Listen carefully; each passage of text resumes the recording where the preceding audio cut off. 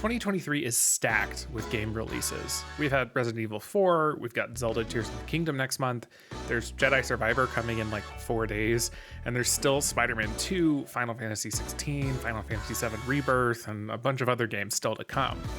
That's not even everything AAA that interests me, but a large portion of my list of upcoming games is made up of indie titles. And I wanted to feature those on the channel, because as much as I cannot contain my excitement to play another Insomniac Spider-Man game, there's games on this list that I'm about to give you that I want to play even more. Listen, you knew it was going to be here. Hades 2 is releasing in early access sometime in 2023. When I played Hades, I had no idea how much I would love it, and I certainly never expected to see a sequel. To be honest, it didn't really seem like Supergiant was interested in doing DLC for that game.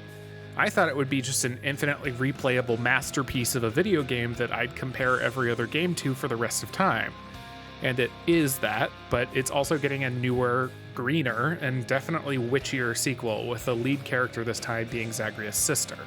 What we've seen of the game looks definitively Hades, but it also stands on its own, at least visually. I'm really interested to see both how they expand on the mythology we saw in Hades, and if they try anything new with the gameplay. I've played a lot more roguelites since I originally played the first game, and I think Supergiant Games is totally capable of doing something fresh in the sequel. Demon School is a turn-based tactics RPG / dating sim with a horror element and a school setting. Yes, it's as if Necrosoft made this one just for me. I've talked enough on this channel about my time with Fire Emblem Three Houses and Marvel's Midnight Suns for you to know that this game is high on my personal list of games that I am most excited about, indie or not. Necrosoft says that motion equals action in Demon School, and I'm really excited to see the twist that they put on a grid-based tactics combat style. It sounds a little Into the Breachy, and that is absolutely a compliment. I'm particularly interested in the story this game wants to tell.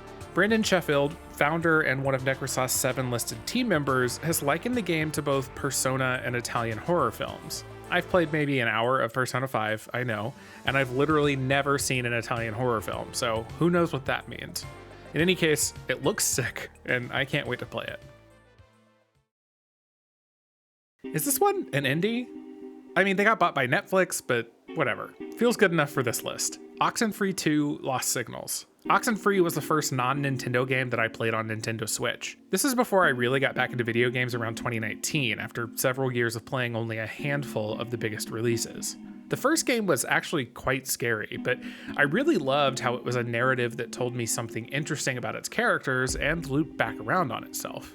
It's also gorgeous and has some really stellar sound design. I really hope Netflix has helped Night School Studio make a better game with Oxenfree 2. I've loved a lot of what is released via Netflix games, and I'm interested to see if Oxenfree 2, one of the few Netflix games from a studio Netflix actually owns, is as good as or better than its predecessor.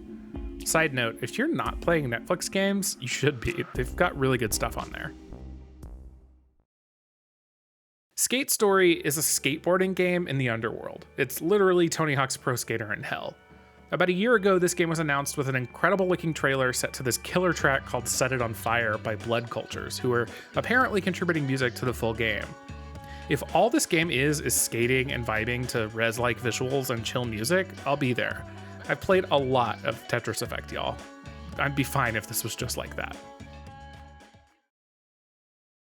I hate when people compare every story-heavy first-person game to Gone Home or Firewatch, but here we go. The Invincible is a first-person adventure game based on a book by Stanislaw Lem, and at least from the trailers, it sort of reminds me of Firewatch. It definitely has way more going on in the sci-fi mystery space than that game did, and it looks like we might get some action sequences. But as far as I can tell, this is an action-light narrative game with some darker science fiction themes. That's absolutely my shit, though I could be wrong. I'm excited to find out. That's the 5 indie games that I'm most excited to play in 2023, but here's a couple more before you go.